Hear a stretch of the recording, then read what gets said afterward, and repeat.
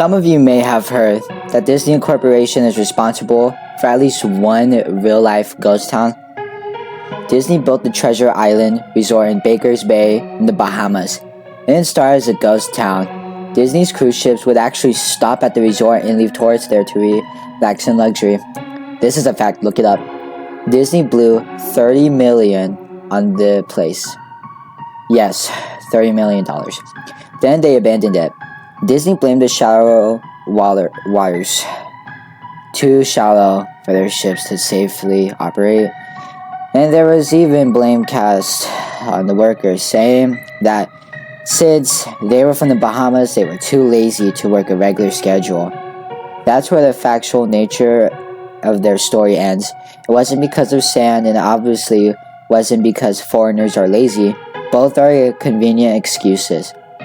No, I sincerely doubt those reasons were legitimate. Why don't I buy the official story? Because of Mowgli's Palace. Near the beachside city of Emerald Isle in North Carolina, Disney began construction of Mowgli's Palace in the late 1990s. The concept was a jungle-themed resort with a large, you guessed it, palace in the center of the whole thing. If you're unfamiliar with the character of Mowgli, then you might be better remember the story, The Jungle Book. If you haven't seen it, anything else, you know it as the Disney cartoon from decades past. Mowgli is an abandoned child in the jungle, essentially raised by animals and simultaneously fed and persuaded by other animals. Mowgli's Palace was a controversial undertaking from the start. Disney bought up a ton of high-priced land for the project, and there was actually a scandal surrounding some of the purchases. The local government claimed eminent domain on the people's homes, then turned around and sold the properties to Disney. At one point, a home that had just been constructed was immediately condemned with little to no explanation.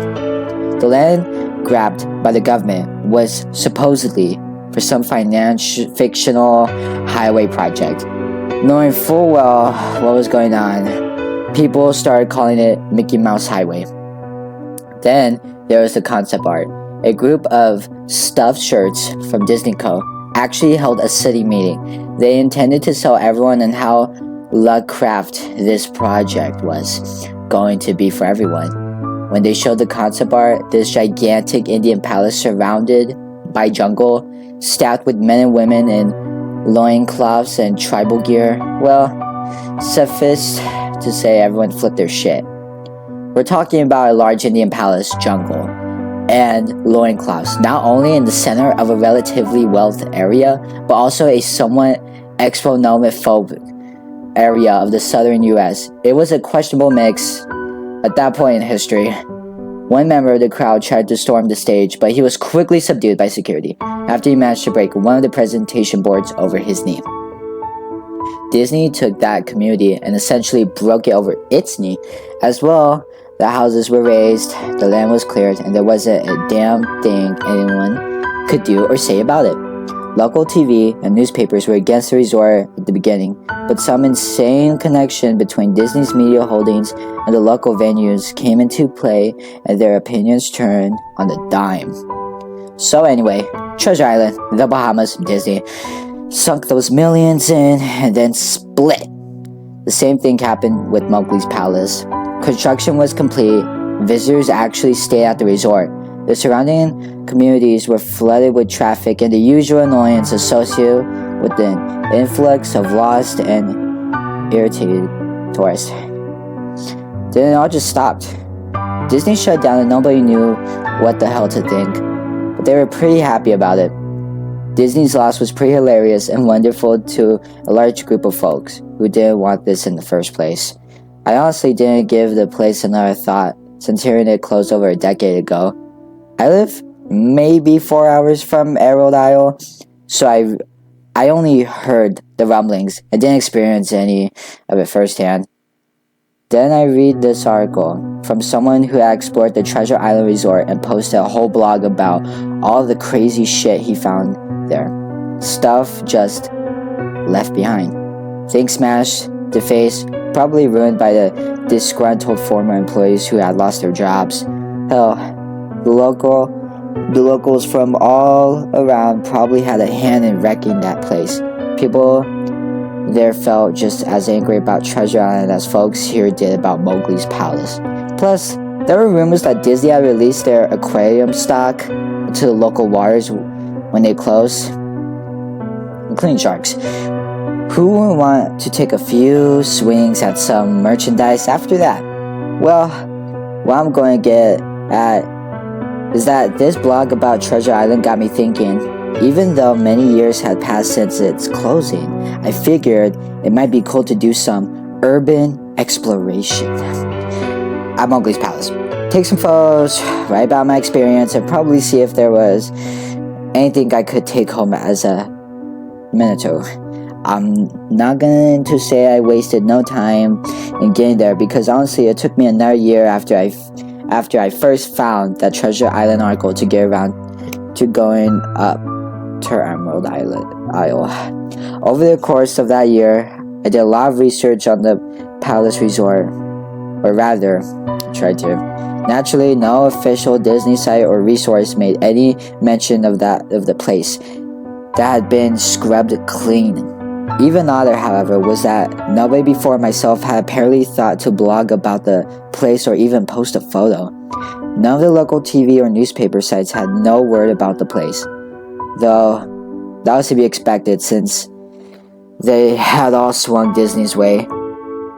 They wouldn't be out there laundering their embarrassment, you know. Recently, I learned that corporations can actually ask Google, for example, to remove links from search results. Basically, for no good reason. Looking back, it's probably not that nobody spoke of the resort, but rather their words remained inaccessible. So in the end, I could barely find the place. All I had to go on was an old-as-hell map I received in the mail back in the 90s. It was a promotional item sent out to people who had recently been to Disney World, and I guess since I had been there in the late 80s, that was recent. I didn't really intend to hang onto it. It just got shoved in my books and comics from my childhood. I only remembered it months into my research, and even then it took me another few weeks to locate the storage bin my parents had shoved it all into. But did I find it?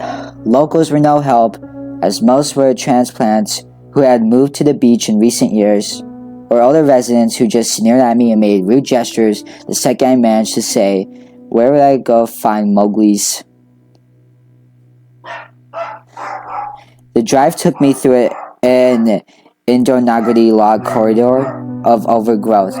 Tropical plants that had run rampant and overpopulated the area mixed with native species of flora that actually belonged there and had tried to reclaim the land. I was in awe when I researched the front gates of the resort. Tremendous, monolithic wooden gates whose supports to either side looked like they must have been cut from giant sequoias. The gate itself had been gouged in several places by woodpeckers and eaten away at the base by burrowing insects. Hanging on the gate was a sheet of metal, some random scrap, with the hand-painted letters scrawled in black, "Abandoned by Disney." Clearly the handiwork of some past local or an employee who wanted to make some small protest. The gates were open enough to walk through, but not drive. So grabbing my digital camera and the map whose flip side showed a layout of the resort, I set off on foot. The inner grounds of the place were just as overgrown as the entryway. Palm trees stood unattended and ragged among piles of their own coconuts. Banana plants similarly stood in their own stinking. Bugwheel refused. There was this sort of clash between order and chaos as carefully planted rows of perennial flowers mixed with obnoxious tall weeds and stinking black Ned mushrooms. All that remained of any outdoor structures were broken, rotten wood, and various charred bits of unidentifiable material. What was most like an information booth or an outdoor bar was now simply a pile of assorted debris chopped up by past vandalism and ravaged by weather. The most interesting thing on the grounds was a statue of Baloo, the friendly bear from the Jungle Book, which stood in a sort of courtyard in front of the main building. He was frozen in a jovial wave towards no one, staring into empty space with a silly toothy grin as bird shit covered whole swaths of his fur and vines and snurred his platform. I approached the main building, the palace, only to find the outside of the building covered in graffiti where the original paint had peeled and chipped away. The front doors weren't just open, they had been taken off their hinges and stolen. Above the front doors were the gaping maw where they had been. Someone had once again painted, "Abandoned by Disney." I wish I could tell you about all the awesome stuff I saw inside the palace. Forgotten statues, abandoned cash registers, a full-fledged secret society of homeless bums. But no. The inside of the building was no stark, so bare that I actually think people had stolen the molding off the walls. Anything that was too big to steal? Counters, desks, giant fake trees? They were all resting, aimed this empty echo chamber that amplified my every step like a slow, red tap-tap of a machine gun. I checked the floor plan and headed to all the locations that might seem in any way interesting. The kitchen was as you imagine, an indestructible food prep area with all the appliances and space. No expenses spared. Every glass surface was broken, every door knocked off its hinges, every metal surface kicked and dented. The entire place smelled like very old piss. The huge freezer, not even remotely cool now, had row upon row of empty shelf space. Hooks hung from the ceiling, probably for hanging cuts of meat, and as I stood inside for a moment, I noticed they were swinging.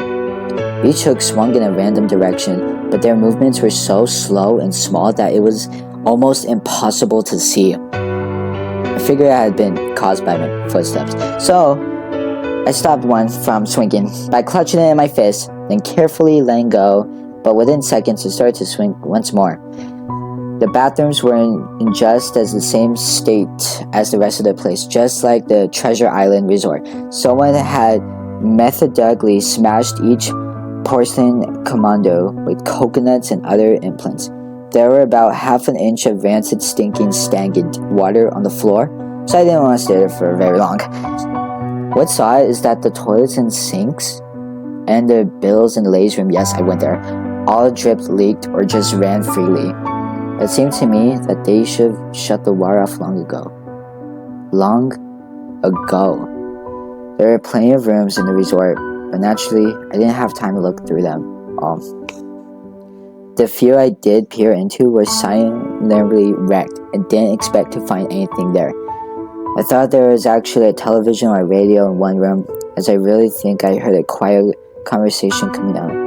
Though it was like a whisper, probably my own breathing echoing in the silence, or just another case of the sound of flowing water, playing tricks on my mind. This is what it sounded like. I didn't believe it. I didn't know that. Father told you.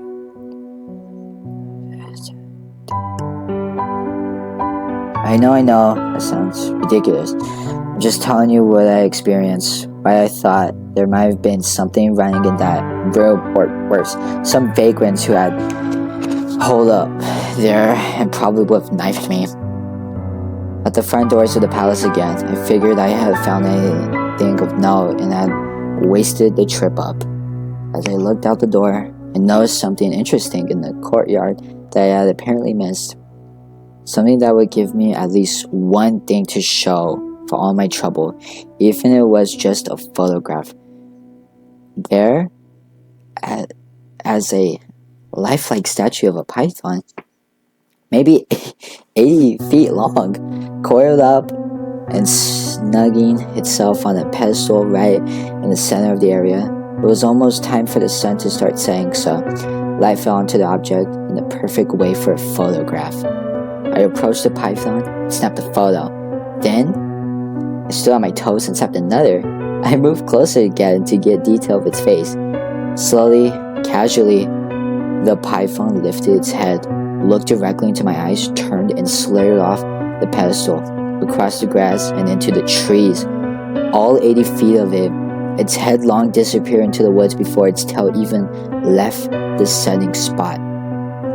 Disney had released all their exotic animals onto the grounds. Right there on my floor plan map was the reptile house. Should have known. I read about the sharks at Treasure Isle. Should have known they'd done this. I was dumbfounded, just utterly stupefied. My mouth must have been hanging open for the longest time before I came back down to earth and snapped it shut. I blinked a few times and backed away from where all the snakes had been, back towards the palace. Even though it was totally gone, I still wasn't taking any chances and backed my way into the building. Took a few deep breaths and slaps to my own face to get myself right in the head again. After that, I looked for a place to sit down, as my legs were feeling a bit like jelly at this point. Of course, there was no place to sit down unless I wanted to recline in the broken glass and dead leaf carpet, or haul myself onto a desk of questionability reliability. I had seen some stairs near the palace lobby and decided to go have a seat there until I felt better. The staircase was far enough away from the front of the building to be relatively clean, save for a startling accumulation of dust. I pulled a wedge off the metal of the wall, once again painting with the abandoned by Disney model I'd become accustomed to. I placed the wedge on the stairs and sat on it to keep at least somewhat clean. The stairway led downward below ground level. Using my camera flash as a sort of an improvised flashlight, I could see that the staircase ended in a metal mesh door with a padlock. A sign on the door, a real sign, read, "Mascots only, thank you." This perked up my spirits a little bit, for two reasons. One, the mascot only area would have definitely had some interesting stuff back in the day. Two, the padlock was still in place. Nobody had gone down there. Not the vandals, not the looters, nobody. This was the one place I could actually explore, and perhaps find something interesting to photograph or wantonly steal. I had come to the palace essentially agreeing with myself that it was okay to take anything I wanted because, hey, abandoned. It didn't take much to bust a lock. Well, actually, that's wrong. It didn't take much to bust a lock. The metal plate on the wall that the padlock was hooked to, time and decay had done most of the work for me, and I was able to bend the metal plate enough to pull off the screws off the wall, somewhat nobody else had apparently thought of that or had been able to do at the time. The mascots only area was a startling and very welcome change from the rest of the building I'd seen. For one, every second or third fluorescent light overhead was illuminated, even though they had flickered or faded randomly. Also, nothing had been stolen or broken, even if age and exposure were definitely taking their toll. Tables had no pads and pens. There were clocks, even a punch-in clock on the wall, complete with filled-out time cards. Chairs were scattered around, and there was even a small break room with an old stack-filled television and a long, rotted-out food and drink on the counters. It was like one of those post-apocalypse movies where everything is left in the state of evacuation. As I walked the maze-like sub-basement hallways of the mascots only area, the sights just became more and more interesting. As I went further, desks and tables were knocked over, papers scattered and almost melted with the damp floor, and a large carpet of mold was slowly overtaking the roll-riding crimson floor covering. Everything was just sort of squishy. Anything would disintegrate into mush when I applied even the least amount of force, and clothing items hanging on the hooks in one of the rooms simply fell to moist threads if I tried to unhook them. One thing that annoyed me was the light was becoming more sparse and unreliable as I went further into the dark, suffocating depths of the place. Eventually, I reached a black and yellow strip door with the words Character Prep 1 stenciled on it. The door wouldn't open at first. I figured this way was probably where the costumes were kept, and I definitely wanted a photograph of that twisted, stinking mess. Try as I might, whatever angle or trick I tried, the door wouldn't budge. That is, till I gave up and started to walk away. That was when there was a slight popping sound at the door creaked open slowly. Inside the room was completely dark, pitch black. I used the camera flash to look for a light switch in the wall by the door. There was nothing. As I made my search, I was jarred out of my sense of excitement by a loud electrical buzz. Rows of lights overhead suddenly flashed to life, flickering and fading in and out like the rest I had passed. It took a second for my eyes to adjust, and it seemed like the light was going to just keep getting brighter until all the bulbs exploded. But just when I thought it would reach that critical stage, the lights dimmed a bit, then steadied.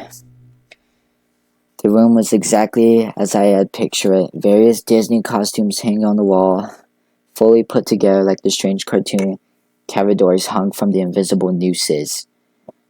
There was an entire rack of loincloths and native clothes on hangers towards the back.